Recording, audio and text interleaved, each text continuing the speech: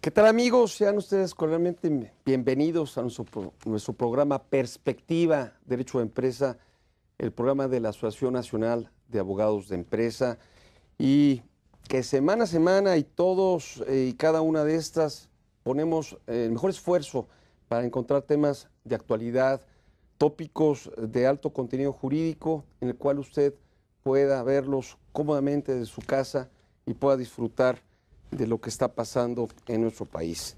En esta ocasión tenemos un gran tema, me parece que es un tema muy relevante, que está causando mucha efusividad en nuestro país, que es el tema que tiene que ver con los mitos y realidades en torno al impuesto sobre herencias y donaciones en México. Hay algunas ideas de cambiar este sistema que está causando mucho ruido y que tenemos a tres grandes especialistas en esta ocasión que van a abordar a profundidad el tema. En primer lugar, me gustaría presentar a mi extrema derecha al señor contador público, don Héctor González Legorreta. Héctor, gracias por venir, gracias por acompañarnos. Gracias. Héctor es contador público, él es egresado de la Universidad Panamericana, él es socio fundador de la práctica de asesoría y consultoría fiscal de HGL Asesores, y es un experto en asesoría y consultoría patrimonial. Héctor, gracias por acompañarnos. Muchísimas gracias, José Juan. Y bueno, en inmediata derecha tengo el gusto de tener conmigo, con nosotros, a un gran amigo, un gran profesional, expresidente de la Asociación Nacional de Abogados de Empresa, el licenciado Ricardo Cervantes Vargas. Ricardo. Muchas gracias, Pepe, por la invitación, y la verdad creo que tienes un panel de lujo, excluyéndome a mí, dos grandes expertos, y esperemos abordar todas las dudas que salen en torno a este tema, o por lo menos quedarnos con algunas ideas en la cabeza. No, bueno, espero que la gente va a disfrutar mucho este programa, no cabe la menor duda. Bueno, Ricardo, aparte de ser expresidente de nuestro colegio, un gran abogado, él es egresado de la Universidad Panamericana, él tiene especialidades en la propia universidad, y él es socio de Chever Ruiz Amarripa, una de las principales prácticas que hay en materia jurídica en nuestro país. Gracias, Ricardo. Y bueno, a mi izquierda, mi gran amigo, gran abogado, de muchos años, de muchas batallas, amigo de mucho tiempo, mi querido Cristian Lippert. Cristian, bienvenido. Gracias. Gracias por estar acá. Cristian es socio del despacho Galicia Abogados, y su práctica profesional se enfoca principalmente a cuestiones de fusiones, adquisiciones y asuntos corporativos. Ha asesorado a diversas compañías y empresas en planeaciones patrimoniales.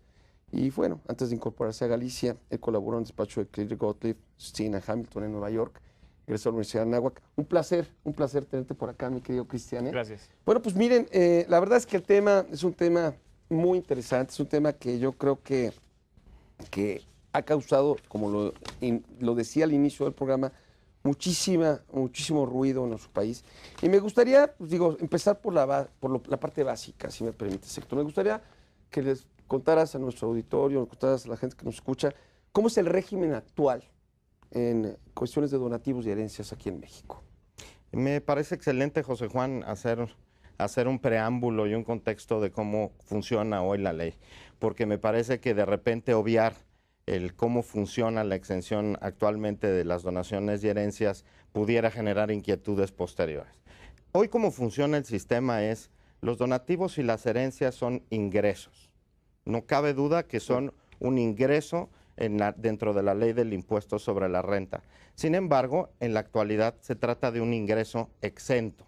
Es un ingreso exento siempre que se cumplan ciertas condiciones y en ciertos casos.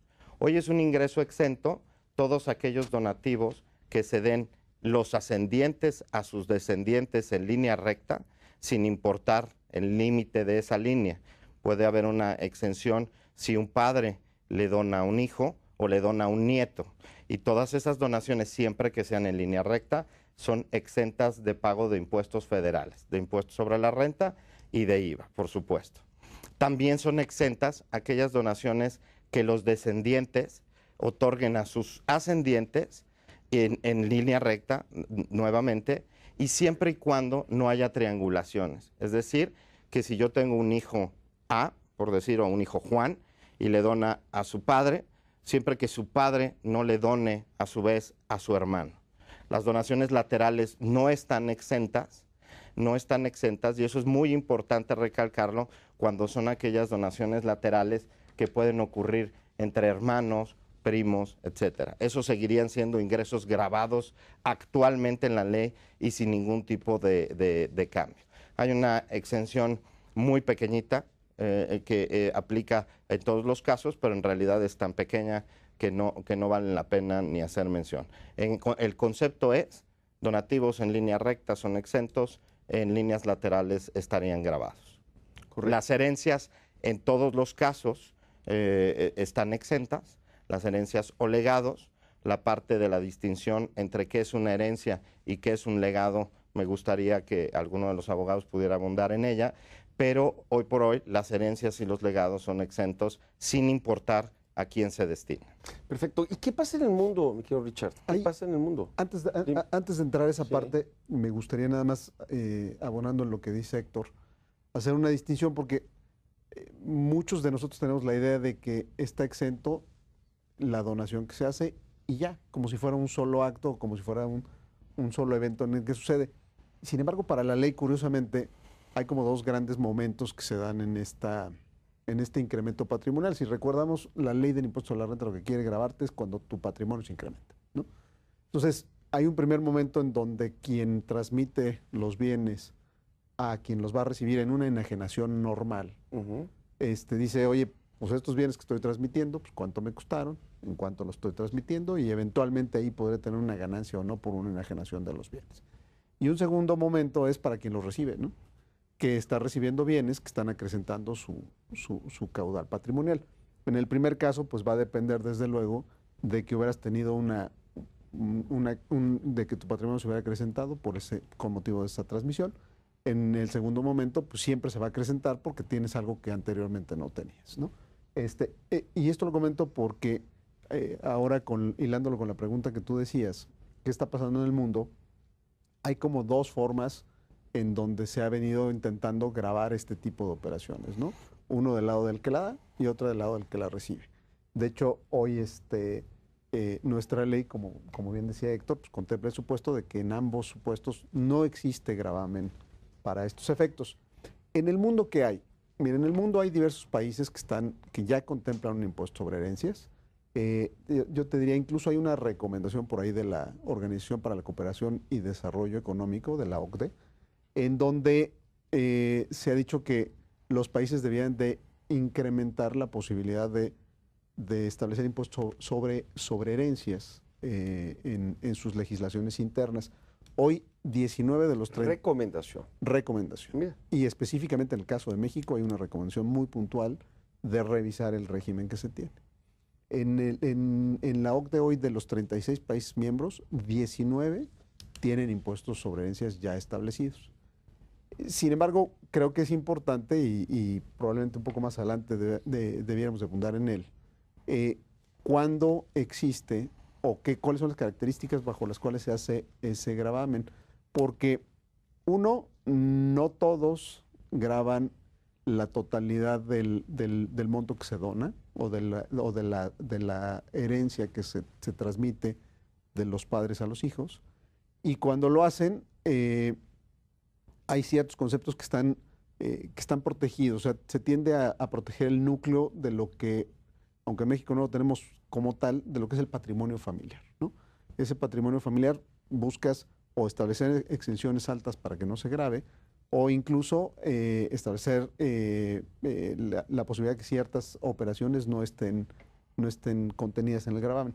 Incluso hay varios países que en últimas fechas tenían impuesto sobre herencias y lo han venido o eliminando o lo han venido reduciendo de manera importante. ¿Y por qué? Bueno, pues porque en realidad no les ha dado una recaudación importante como la que se preveía. La verdad es que en México hemos tenido algunas nociones que hemos venido implementando en cuanto a los mínimos vitales para la subsistencia, por ejemplo, para la persona. Y yo creo que en el caso de los patrimonios familiares, igual. O sea, debiera ser igual. Al final del día, pues es dinero que ya pagó impuestos, que no está saliendo todavía del núcleo familiar y que en ese sentido debiera, pues, de tener la correspondencia de hasta que salga de la familia, de ese núcleo, hasta que se venda un tercero, hasta que se transmita, ahí es donde debiera de venir un... Que aparte está limitado, como bien lo dijiste, Héctor, a la línea ascendente. O sea, me parece que está acotado, no es que esté algo exagerado, familiar hablar del primo, del primo, del primo, del primo, del amigo, ¿no? Exacto. Está acotado. Bueno, pero Una última apunte que es bien importante, José Juan, que a la gente no se le olvide, es un requisito indispensable para gozar de esa exención el que se informe en la declaración anual, en el régimen actual, cuando se recibe un donativo o una herencia. Es decir, ese ingreso existe, nadie niega que es un ingreso, pero lo que se tiene que hacer es, está exento siempre y cuando sea con estas condiciones que describimos previamente, y siempre que la persona perceptora de ese ingreso lo revele informativamente en su declaración anual. Eso es una simple información que no significa que se convierta en un ingreso grabado. Dentro de la declaración hay un apartado específico que señala los rubros de donativos y herencias, y en esos rubros tendría que señalarse el importe. En el régimen actual existe alguna controversia en materia de cuando yo tengo la donación o percibo la donación de bienes en especie, llámese acciones o inmuebles, cuál es el dato informativo que tengo que revelar en la declaración, porque hay que cuantificarlo. Y para poder cuantificarlo, pues hay que hablar de avalúos y tal y cual, pero me parece que ese no es tema de esta conversación. Eso simplemente es un apunte para cumplir con los requisitos de las donaciones. Gracias por la precisión, Héctor. Cristian, me gustaría que el público supiera, y para darle un poco contexto a lo que estamos hablando de herencia, donación, que con tu amplio conocimiento nos explicaras o le explicaras al público qué es una donación, qué es una herencia para efectos de nuestro Código Civil. Básicamente el Código Civil lo que establece es, la herencia es la manera, es el medio a través del cual disponemos de nuestros activos o bienes después de muertos. Tradicionalmente la herencia, nuestro patrimonio lo transmitimos a través del testamento, ¿no? Entonces, en el momento del fallecimiento entran en vigor las disposiciones aplicables en el testamento, y ese es el medio a través del cual transmitimos de nuestros activos. La donación es un acto entre vivos. La herencia es un acto unilateral en donde el que hace su testamento dispone la manera en que quiere transmitir su patrimonio. En la donación es un caso similar. Hay una transmisión de activos, pero esta se hace en el momento en que el que los transmite está vivo, y es un acto en el que participan también los donatarios. El Código Civil establece que cuando se pasan de ciertos umbrales monetarios, la donación tiene que llevarse a cabo en un acto en el que hay una aceptación por parte del donatario. También existe la formalidad de hacerlo a través de notario público. Y típicamente la donación que es más común es la gratuita, aunque hay otras más complejas que son las donaciones onerosas, pero creo que para efectos del ejercicio no es relevante comentarlas. En consecuencia, un padre puede optar por la opción de esperarse hasta su fallecimiento para transmitir sus activos, o puede tomar la decisión de transmitir activos a su cónyuge o a sus hijos en vida. Tienen sus diferencias. En virtud de que la donación es en vida, por ejemplo, una donación eventualmente podría ser revocada, y es lo que los abogados llamamos donaciones inoficiosas. Y se puede dar la inoficiosidad de un donativo cuando hay falta de gratitud del que recibe los activos, o cuando el que llevó a cabo la donación no se reserva o no conserva patrimonio suficiente como para poder continuar con su vida y su subsistencia. Yo metería otro elemento adicional que es muy común en las planeaciones patrimoniales, que es la existencia de los famosos fideicomisos. Los fideicomisos es un instrumento a través del cual una persona puede afectar su patrimonio a un vehículo jurídico que establece reglas bien claras para la distribución futura de los activos. En los fideicomisos participa activamente un fiduciario, que tradicionalmente es un banco, que es un tercero que se encarga precisamente de cumplir la voluntad de quien afecta el patrimonio al fideicomiso. Y el objetivo de ese fideicomiso es precisamente el hacer una entrega y una administración programada de los activos. Por ejemplo, soy un padre o una madre que quiere entregar eventualmente bienes a mis hijos, pero lo quiero hacer de una manera ordenada. No quiero, en caso de fallecimiento, que reciban todo el patrimonio de golpe. Quiero que vayan recibiendo cantidades de dinero una vez que se hayan cumplido o cierta edad o ciertas metas específicas. De pronto hay gente que sataniza un poco a los fideicomisos pensando que son instrumentos oscuros. La realidad es que son instrumentos muy útiles en la planeación. No, y son variables y tienes una gran cantidad de posibilidad de poder hacer, ahora sí que disponer como quieras de tu patrimonio. Me gustaría seguir insistiendo en el tema. Lamentablemente tenemos que tener una pequeña pausa, pero por favor, no se me vayan, no le cambie, están en perspectiva Derecho de Empresa.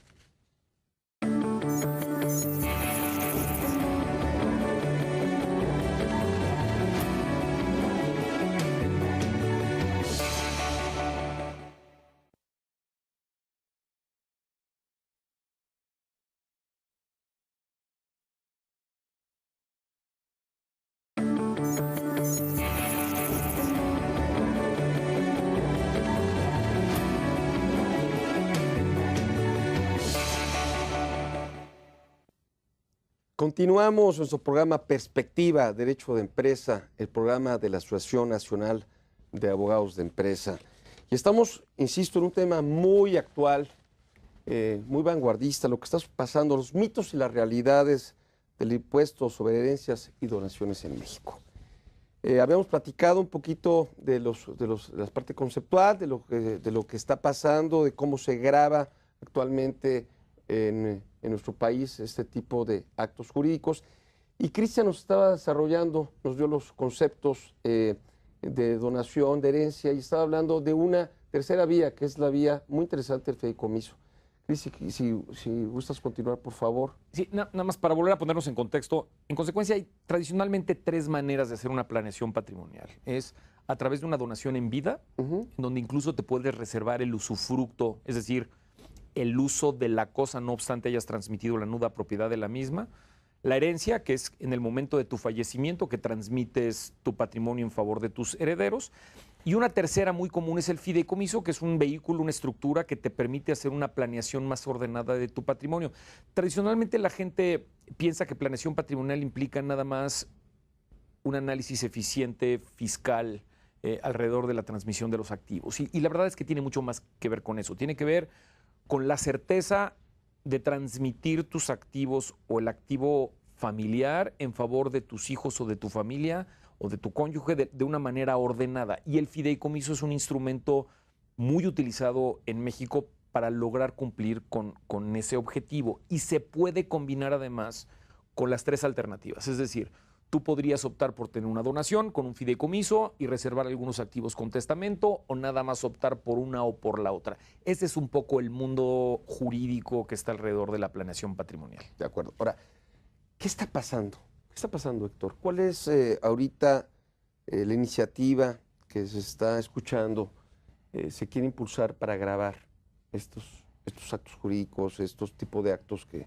estamos hablando de la donación y la herencia en concreto? Mira, José Juan, un diputado del partido Movimiento Ciudadano ha interpuesto una iniciativa de ley para modificar la exención, para eliminar la exención. Esta iniciativa ya la había presentado anteriormente y la había presentado en los mismos términos, y en lo que consiste su planteamiento es, argumentando que se pretende gravar la riqueza extrema y que se pretende combatir la desigualdad social, cosa con la que todos estamos de acuerdo, pero el método es el que es cuestionable. Para combatir esa desigualdad social es redistribuir la riqueza. Y en esta justificación de redistribuir la riqueza, lo que se plantea es que estas partidas de las donaciones y las herencias pierdan esta situación de ser exentas, que queden grabadas y solo una pequeña base de este ingreso quede exenta. Lo que él plantea es que solo 10 millones de pesos queden exentos de cualquier transmisión. Todo lo que esté por encima de esos 10 millones de pesos, él plantea gravarlo. Y es muy importante entender la iniciativa, porque lo que se plantea dentro de esta iniciativa es una tarifa o una tabla que confunde al lector, porque en realidad esa tarifa solo es aplicable al pago provisional. Al pago provisional al momento de que la persona que recibiera un donativo o una herencia tendría que declararlo a cuenta de su impuesto del año. De tal suerte que esta tarifa confunde, porque en principio se pretendía que esta tarifa era un nivelador del tipo de ingreso. No es así. En realidad la tarifa solo resulta aplicable al pago provisional. De hecho, ni siquiera quiero plantear demasiado la tarifa para no abonar en esta confusión de los niveles en los que grava, porque se ha dado este contexto de entender que el impuesto que se plantea es sobre una tasa progresiva. No es así. De tal suerte que si yo tengo el ingreso, lo tengo que acumular al total de mis ingresos y tendría que ir a mi tarifa general. Y si yo soy una persona que estoy en una tarifa del 25%, pagaría sobre ese ingreso también al 25%. Y si estoy en una tasa máxima, que la tasa máxima es del 35%, ese ingreso se incorporaría conjuntamente con los demás ingresos que yo tenga a pagar al 35%. Esa es la iniciativa que se está planteando para eliminar la exención a este tipo de ingresos. Y por sí decían que morir te cuesta, ¿no? Ahora te va a costar mucho más, entonces. Es decir, imaginemos, digo, no tienes que hablar de la gran empresa, Ricardo, no tienes que hablar puedes hablar de una pequeña, mediana, una pyme, donde el señor está trabajando 24 horas al día, donde tiene una pequeña, no sé, una pequeña tintorería o tiene alguna rotería, etcétera, y está trabajando todo el tiempo, y después resulta que cuando se muere, los hijos van a tener que estar pagando por lo que va a recibir. Y mira, ¿Y cuánto? Porque también me gustaría que la gente sepa, claro. Porque estamos hablando de la extensión, hablamos un poquito de números, pero también hay que platicar con ejemplos de cuánto costaría esto. Mira, obviamente la iniciativa de la que nos daba cuenta hace un momento Héctor, es una iniciativa que efectivamente se ha presentado 2 ocasiones, porque una la presentaron en la anterior legislatura, es decir, antes del 1 de septiembre, y automáticamente al cambiar la legislatura, lo que no había sido aprobado en la anterior, de alguna manera queda rezagado. Por eso lo tienen que volver a presentar. Pero es una iniciativa con un contenido muy similar. ¿Qué tanto de esta iniciativa finalmente quedará o no en caso de que esto sea aprobado? Es un poco incierto, porque el equipo económico actual de la Secretaría de Hacienda, la verdad es que ha sido muy categórico en señalar, doctor Ursúa, que no, parafraseando un poco a lo que dijo el presidente, es durante los primeros 3 años del sexenio no habrá incremento real en los impuestos que se establezcan en México. Entonces, en este sentido, pareciera que probablemente los 3 primeros años no se daría, por lo menos en el mensaje que se ha transmitido, no se daría este gravamen, pero para la segunda parte del sexenio, pues es muy probable que se retomen y algunas otras ideas que están ahí en el mercado. Ahora, si se diera algo similar a lo que tenemos en la iniciativa, y siguiendo un poco la pregunta que hacías, la realidad es que el gravamen podría llegar a ser hasta de un 35%, que es la tasa máxima que se tiene en las personas físicas que estarán recibiendo esa donación. Y el problema se daría porque, platicamos hace un rato antes en el Inter, que imagínate que alguien le transmiten la propiedad de las acciones de un grupo importante empresarial mexicano. Y en ese momento dice, bueno, pues ahora por el hecho de que ya tienes las acciones de esa importante empresa que a lo mejor vale varios millones de pesos o de dólares, pues tienes que pagar el 35% como impuesto. Entonces, no hay manera, quizá con una fortuna en esos términos, de hacerlo más que saliendo a perder el 35% de las acciones para poder pagar el impuesto. Y entonces viene un primer gravamen de algo que, insisto, ya había pagado impuestos cuando se generó el capital necesario para invertir en la empresa, pues eso ya había pagado impuestos, la empresa ha venido pagando impuestos. Y hoy que se lo transmites al mismo núcleo familiar, vuelve a pagar impuestos. Y si a su vez, después llega una segunda donación o una sucesión hacia los nietos o hacia los sobrinos o hacia los bisnietos, va a volver a pagar el 35%. Entonces, y para volverlo a afrontar, van a tener que volver a salir a vender el 35% de las acciones que ya se habían venido mermadas pues, en una primera generación para poder pagar ese impuesto. Definitivamente no creo que sea el objetivo ir deshaciendo los grupos empresariales que se han formado bajo el trabajo de las organizaciones familiares. Y creo que por eso es importante revisar que esta iniciativa de llegar a tener eco en los siguientes años, pues sí sea acotada de manera importante para no gravar ese patrimonio familiar, ¿no? Pero hablabas al principio del programa que 19 países de la OCDE, de los 36, tienen análogas disposiciones. Sí. ¿Y esas han funcionado? ¿No han funcionado? ¿El ejemplo de Escandinavia qué pasó? Sí, fíjate que traigo aquí algunas cifras y la verdad es que hay exenciones muy importantes a nivel internacional en aquellos países en donde se tiene el impuesto. Por ejemplo, en el caso de Estados Unidos, la exención anda alrededor de 10, 11 millones de dólares. 11 millones de dólares. Entonces, estás hablando de 220 millones de pesos que no se paga. La propuesta aquí es que solamente no lo pagues en los primeros 10 millones de pesos.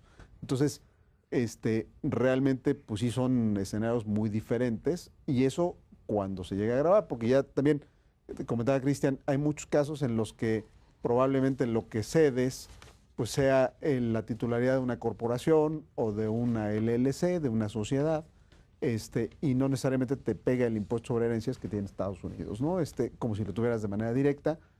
En fin, yo sí creo, hay muchas exenciones, por ejemplo, algunos países que han venido eliminando en las últimas fechas este impuesto y que hoy no lo tienen es Canadá, Portugal, Estonia, Austria, Luxemburgo, República Eslovaca, República Checa, Suecia, Hungría, Lituania, Noruega, Australia, Nueva Zelanda, Israel. O sea, son varios, incluso en el caso de Japón lo ha venido reduciendo de manera sustancial. No debe representar gran cosa, Héctor. ¿Qué pasa en Estados Unidos concretamente? En Estados Unidos, fíjate que ese es un contexto importante de dar, porque en los gravámenes sobre donativos y herencias funcionan de manera distinta. En Estados Unidos se grava a la persona que fallece, a la que transmite los bienes, y la persona que fallece tiene una exención en Estados Unidos individual de 11 millones de dólares, que alcanza hasta los 220 millones de pesos, haciendo números muy alegres. Y en Estados Unidos también puedes hacer un acto conjunto, una exención conjunta con tu esposa, de tal suerte que esos 11 millones de dólares se podrían ir a 22 millones de dólares y hablar de una exención de 400, números muy alegres, de 400 millones de pesos. Si el argumento es gravar la riqueza, me parece que en ese caso, en donde estás grabando excedentes de 400 millones de pesos, puedes justificar esa premisa. En el caso de México, al estar hablando del perceptor de los bienes, estás hablando de que el ingreso está grabado en el beneficiario de la donación o de la herencia. Y estaría grabado en esa persona el excedente de 10 millones de pesos.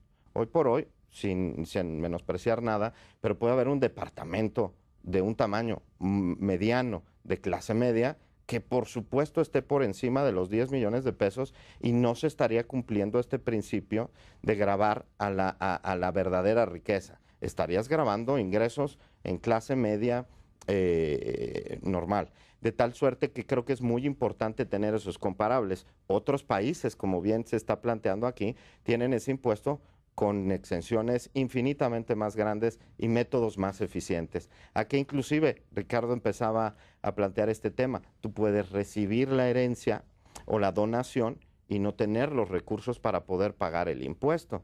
Esto resulta en un absurdo per se, porque yo tendría que vender los propios bienes y hacerlos líquidos para solamente enfrentar el impuesto. ¿Qué hacer en esos casos, Cristian? Si te donan algo y no tienes dinero, no tienes ni para pagar la pensión alimenticia, ¿qué haces, man? Mira, hay escenarios incluso más crudos para el caso de personas que han ido incrementando su patrimonio con el tiempo. Imagínense ya no el caso de una empresa, imagínense el caso de la casa habitación, que tienes una casa y un departamentito que hiciste con el tiempo y que excede de la exención del monto que finalmente se determina en la ley. Tendrías eventualmente que vender la casa que te heredaron tus papás para estar en capacidad de poder recibir el dinero. Esas son las cosas que se tornan complicadas. Creo que esto vendría más en el capítulo de conclusiones de más adelante. Hay un debate amplísimo respecto de si este tipo de herencia, de impuestos sobre herencias y donativos debe de aplicar o no. Pero más allá, aún asumiendo que la conclusión fuera que sí, lo que es muy claro es que necesitas tener una legislación actualizada, muy pensada, que verdaderamente prevea todos los supuestos para no generar injusticias y que además todo el sistema recaudatorio se vuelva terriblemente caro e ineficiente. El problema de incorporar una legislación de un día al otro es que va a incluir errores muy evidentes que no van a permitir ni siquiera cumplir el objetivo de la ley. Pero uno de los ejemplos que ahorita mencionaba se vuelve muy relevante, el tema de alimentos, por ejemplo. Como todos sabemos, los padres tenemos una obligación de proveer de alimentos a nuestros hijos. Alimentos incluye casa habitación, incluye escuela, incluye desde luego la comida de todos los días. Eventualmente esa obligación se puede revertir y puede ser una obligación de los hijos frente a los padres cuando los padres no tienen manera de subsistir. ¿Qué vamos a hacer con esas transmisiones de propiedad? ¿Van a estar grabadas? ¿No van a estar grabadas? En Estados Unidos y en otros países en donde llevan mucho tiempo con este tipo de legislaciones, ya han establecido capítulos y todo un sistema de precedentes para determinar hasta cuándo puedo estar proveyendo de alimentos y cuándo ya no. No los quiero aburrir mucho con el tema, pero el tema de alimentos es similar al tema del divorcio. Cuando tú te divorcias, la obligación del cónyuge, que era el que proveía de alimentos al otro, tiene una obligación de mantener más o menos el nivel de vida que estaba teniendo la pareja.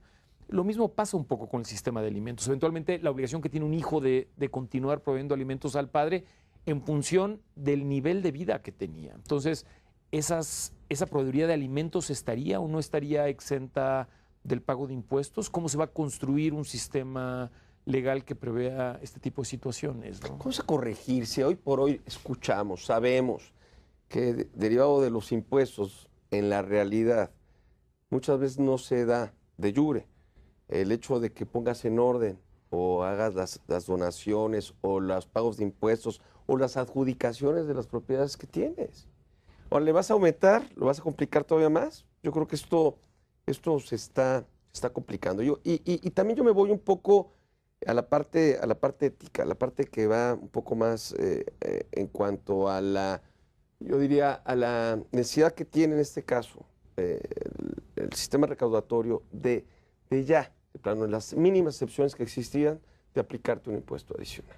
Y fíjate, José Juan, que es muy importante escuchar a la iniciativa privada lo que pueda aportar de ideas para estos temas, porque es muy importante que en caso de que viniera un impuesto se plantee un importe exento, razonable, y que se resuelvan diversos temas técnicos que tiene de falla la iniciativa. Uno de los temas que quiero ejemplificar es el tema de cuando tú recibes un bien, tendrías que tener el costo de ese bien acreditado, por si tú tienes una venta subsecuente puedas tener ese costo reconocido en el momento en que te grabaron el ingreso.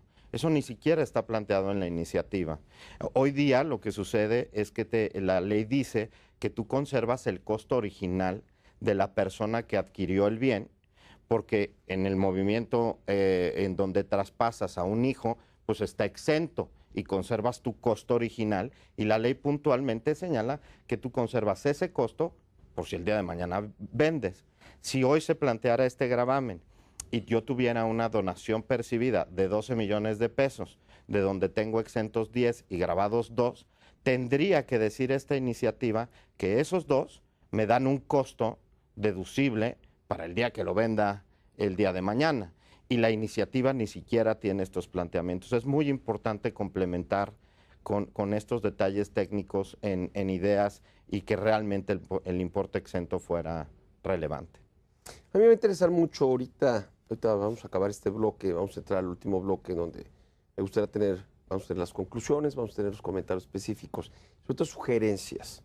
Me parece que independientemente de que tengamos nosotros la obligación jurídica de analizar cada una de las iniciativas que se están gestando. También es muy importante encontrar que si estas se llegan a dar, tuvieran pues cualquier vicio corregido, cualquier desperfecto visualizado, y evitáramos, por supuesto, estar permitiendo que estas proceden, ¿no? Digo, nuestra chamba como abogados, como contadores, va en ese sentido y me gustaría mucho esto verlo.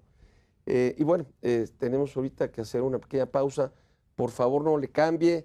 Está usted en Perspectiva, Derecho de Empresa.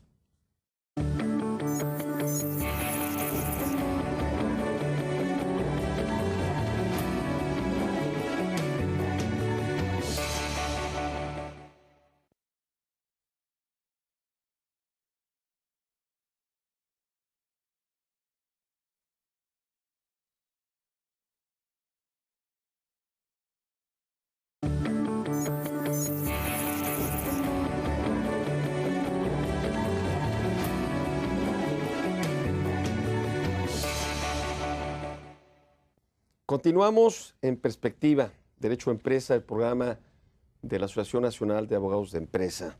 Y bueno, seguimos hablando de las donaciones, de los usufructos, estamos hablando también de los legados, de las posibilidades de la herencia y de este nuevo, digamos, probable iniciativa que puede convertirse en ley y que gravaría a las donaciones y a las herencias.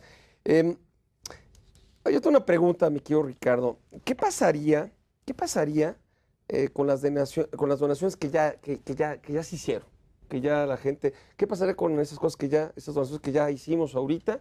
¿Qué va a hacer con la entrada en vigor de esta nueva ley, si es que ya entrará en vigor?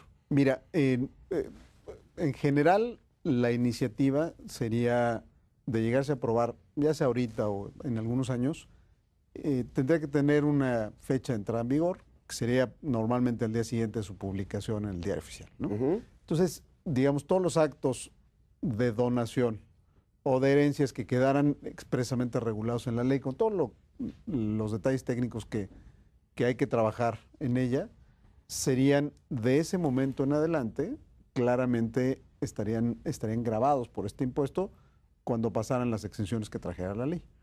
Todo lo que se hubiera dado previamente a esa fecha, es decir, cualquier donación que se hubiera perfeccionado con anterioridad a esa fecha, en principio, pues es un acto que ya no le aplicaría esa disposición legal porque no era una norma que estaba en vigor en ese momento.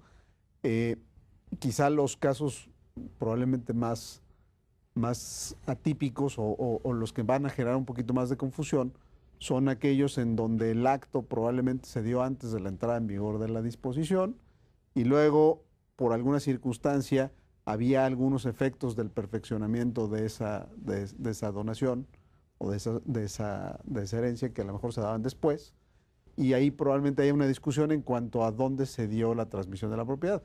Oye, la muerte del señor se verifica antes, el testamento se hace antes, pero la aceptación de la herencia se da después. Exacto.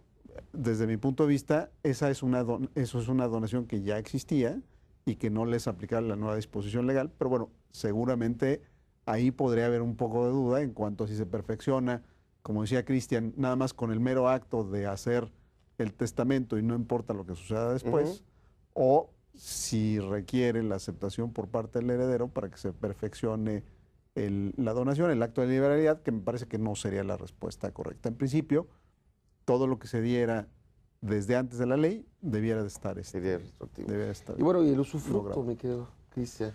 Nada más déjame complementar otro ejemplo a lo que decía Ricardo.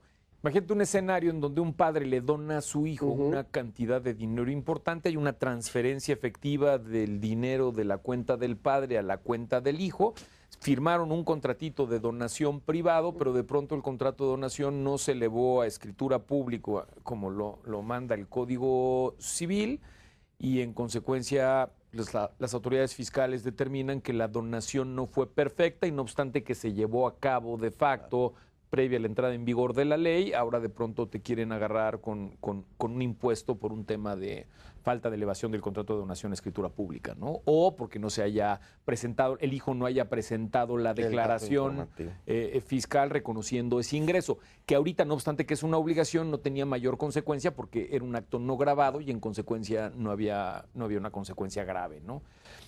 El usufructo, ese es otro de los grandes temas, una manera típica para donar a mis hijos y que yo pueda seguir teniendo cierto nivel de tranquilidad es reservándome el usufructo de una cosa determinada. Ejemplo, una casa. Yo le dono a mi hijo una casa, pero me reservo el usufructo. Eso es un derecho real, registrado en registro público, me da una protección absoluta y me genera una absoluta seguridad de que yo voy a poder continuar viviendo en esa casa hasta el día en que yo me muera. Ahora, ¿qué pasa en el mundo fiscal? La propiedad, en el momento que yo me reservo el usufructo para efectos fiscales y que me corrijan los fiscalistas, la propiedad se rompe. La propiedad siempre implica mi capacidad de vender y de quedarme con los recursos de la cosa de la que soy propietario, pero también de disfrutarla. Si yo me reservo mi capacidad de disfrutar una cosa, entonces estoy transmitiendo la propiedad, pero no completa. ¿Qué pasa si me agarra la reforma fiscal a la mitad? Yo ya doné el inmueble, pero me quedé con el usufructo de la cosa. ¿Qué va a pasar para efectos fiscales cuando la propiedad se vuelva a consolidar en beneficio del donatario? Bueno, aquí todavía hay una discusión legal alrededor de eso, ¿no? ¿Me van a gravar esa consolidación de propiedad? ¿Qué valor le van a determinar al usufructo contra la nuda propiedad que había sido previamente donada? Y esa es una discusión. Pero la voy a poner un poco más compleja. Incluso, permíteme interrumpirte un segundo, Cristian, nada más, para que te des una idea, en algunos procesos de revisión de las autoridades, obviamente no del impuesto sobre herencias, pero revisando los temas de usufructo, ha habido una discusión en cuanto a esa asignación proporcional de lo que es la propiedad al usufructo, de lo que es la nuda propiedad que tenía el anterior. Y ha habido en casos donde la autoridad fiscal dice, pues nada es del usufructo, todo es de la nuda propiedad. Ha habido casos donde se ha dicho pues 50-50, en otros 20-80. O sea, es una discusión que me parece que es muy relevante porque si se fuera a realizar algún procedimiento de esta índole previo a la entrada en vigor de una disposición de esta naturaleza, pues creo que sí sería muy importante evaluar la conveniencia de hacerlo a través de un usufructo o buscar probablemente una figura distinta para garantizar lo que se está buscando, ¿no? Hay un punto importante. La gente de repente se confunde porque en el impuesto traslativo de dominios, en los locales, que aplica exclusivamente a inmuebles, existen muchos municipios, o existen algunos municipios, en donde el gravamen está señalado como que 50% al momento de transferir el usufructo y se asigna un 50% de impuesto.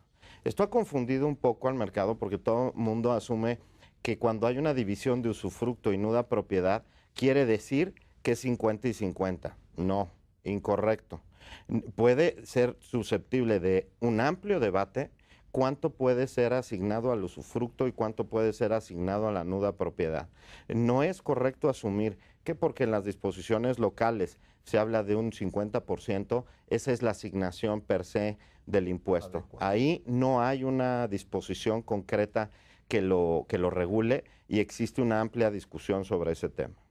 Me impresiona. Entonces, finalmente, la idea de hacer el usufructo, la idea de conservar la casa y la idea de poder disfrutar, digamos, de los frutos que me da esta casa, de la renta que me da esta casa, y ponérsela a nombre de mis hijos, hombre, que es una de las costumbres.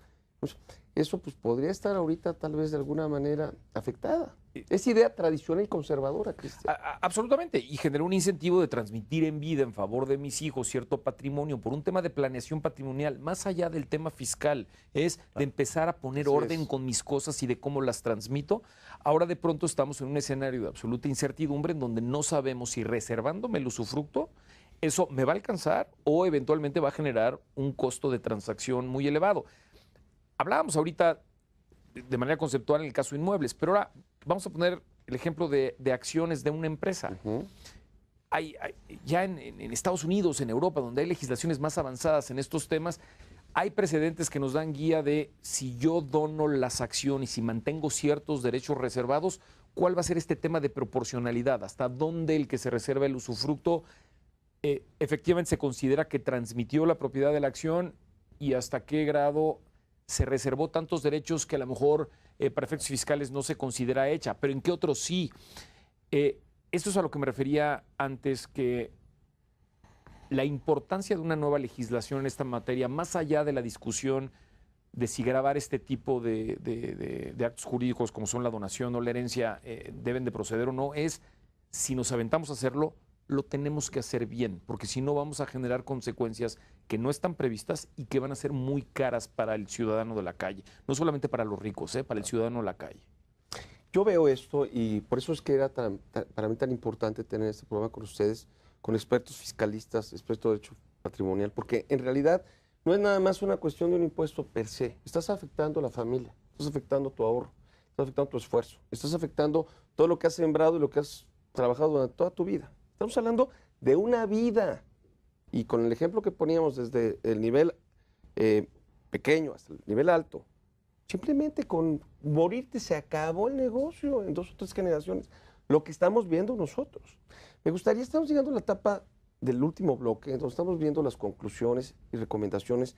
Me gustaría que con toda confianza pudiéramos dar al público algunas recomendaciones sobre qué hacer, sobre todo el aspecto patrimonial. ¿A qué tiene que estar preparado y qué sugerencias le podemos dar?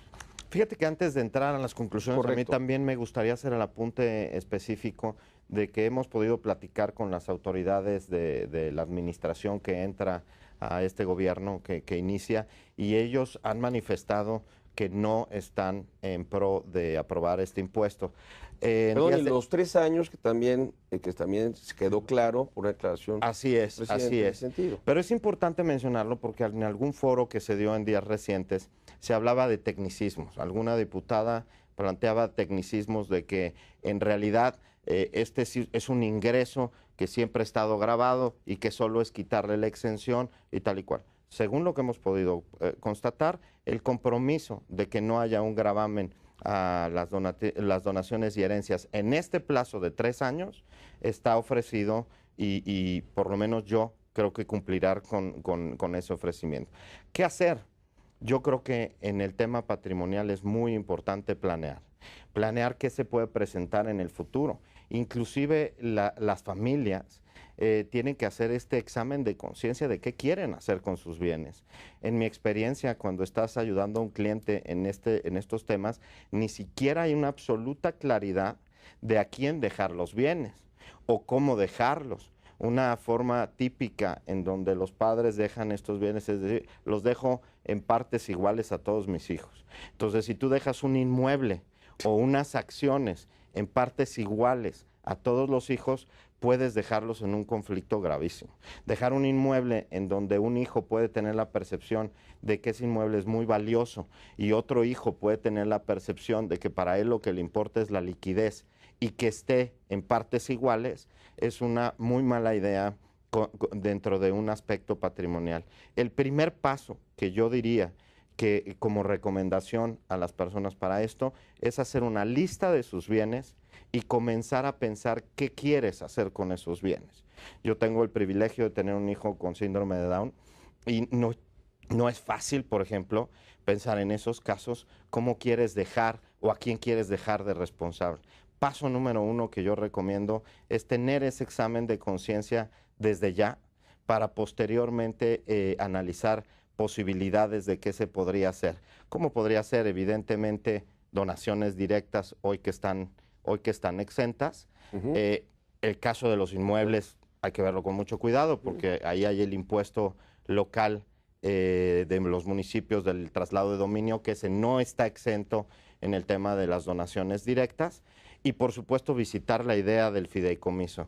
Los fideicomisos son un instrumento que por su génesis están diseñados para este tipo de aspectos sucesorios y que empieces a tener ese examen de conciencia y analizar los instrumentos que tienes enfrente, creo que es mi recomendación más importante. ¿Son muy caros los fideicomisos, mi querido Cristian? Sí, no son baratos. La realidad es que como hay la participación activa de un tercero, que es una institución bancaria que tiene que invertir recursos en la administración del vehículo, para una parte importante de la población es una alternativa desafortunadamente no accesible. Pero sumando un poco a lo que decía Héctor, yo creo que la primera recomendación, otra vez insistiendo en que la planeación patrimonial va más allá de lo fiscal, es hagan su testamento. La segunda es dividan su patrimonio en 2 bloques. El patrimonio que necesito para vivir y el patrimonio que considero es el patrimonio familiar que tengo que planear de manera ordenada para, como decía Héctor, lo reciban mis hijos o mi familia de una manera inteligente, ordenada, estructurada y que además sea de una manera eficiente. Para esos efectos son trajes a la medida. ¿Y por qué trajes a la medida? Porque dependiendo del patrimonio, las estructuras se vuelven muy complicadas o muy sencillas. Como bien anticipaba Héctor, heredar copropiedades siempre puede ser Y es un riesgo. Es un conflicto. Y bueno, pues muy buenos, la verdad, muy buenas recomendaciones. Quiero, Ricardo. Pues mire, me parece que se ha abordado lo esencial en cuanto a las recomendaciones de índole patrimonial. Quizá yo lo que tendría es una sugerencia para ahora que se empiece a hacer el análisis de esta posibilidad en 3 años o en 1, o en 2 o en 10, sería el poder impulsar la creación del concepto del patrimonio familiar, ¿no? Como algo que pudiera ser ese núcleo esencial que ya se ha venido produciendo y que en la transmisión de ese tipo de patrimonio en realidad no hubiera un gravamen, ¿no? Y que se revisaran, pues creo que con eso se evitarían muchísimos de los problemas que hemos estado analizando y que se revisara desde luego el tecnicismo de lo que se vaya. Ojalá se haga, porque algo que, como hemos venido comentando, es el esfuerzo de muchísimos años, los que se ven ahí acumulados, que sería una tragedia, tu muerte de por sí, con otra tragedia, con el hecho de que no se respete la extensión, que finalmente pues ha sido una de las mínimas consideraciones que como gobernados hemos tenido, y ojalá esto continúe. Lamentablemente nuestro bloque se ha terminado. Yo quiero agradecerles muy puntualmente. Creo que ha sido un tema muy interesante, de muchas ideas, donde hemos sacado unas muy buenas conclusiones que van a ser muy prácticas y yo creo que la gente lo va a agradecer mucho. Héctor, quiero agradecerte mucho. Muchas gracias, José Juan. Ha sido muy agradable tenerte el día de hoy. Muchas y gracias y esperamos verte muy pronto. Lo mismo, mi querido expresidente, mi querido Ricardo, siempre tus conceptos profundos. Siempre un placer estar aquí. Muchas gracias. Y Cristian, pues, ¿qué te puedo decir? La verdad, nos diste los mejores tips, a mi juicio, y yo creo que sí, el testamento, chicos, hay que hacer el testamento, es el número 1. Y bueno, les agradezco mucho a nombre de la NADE su atención y nos vemos muy pronto. Aquí en Perspectiva, Derecho a Empresa. Muchas gracias.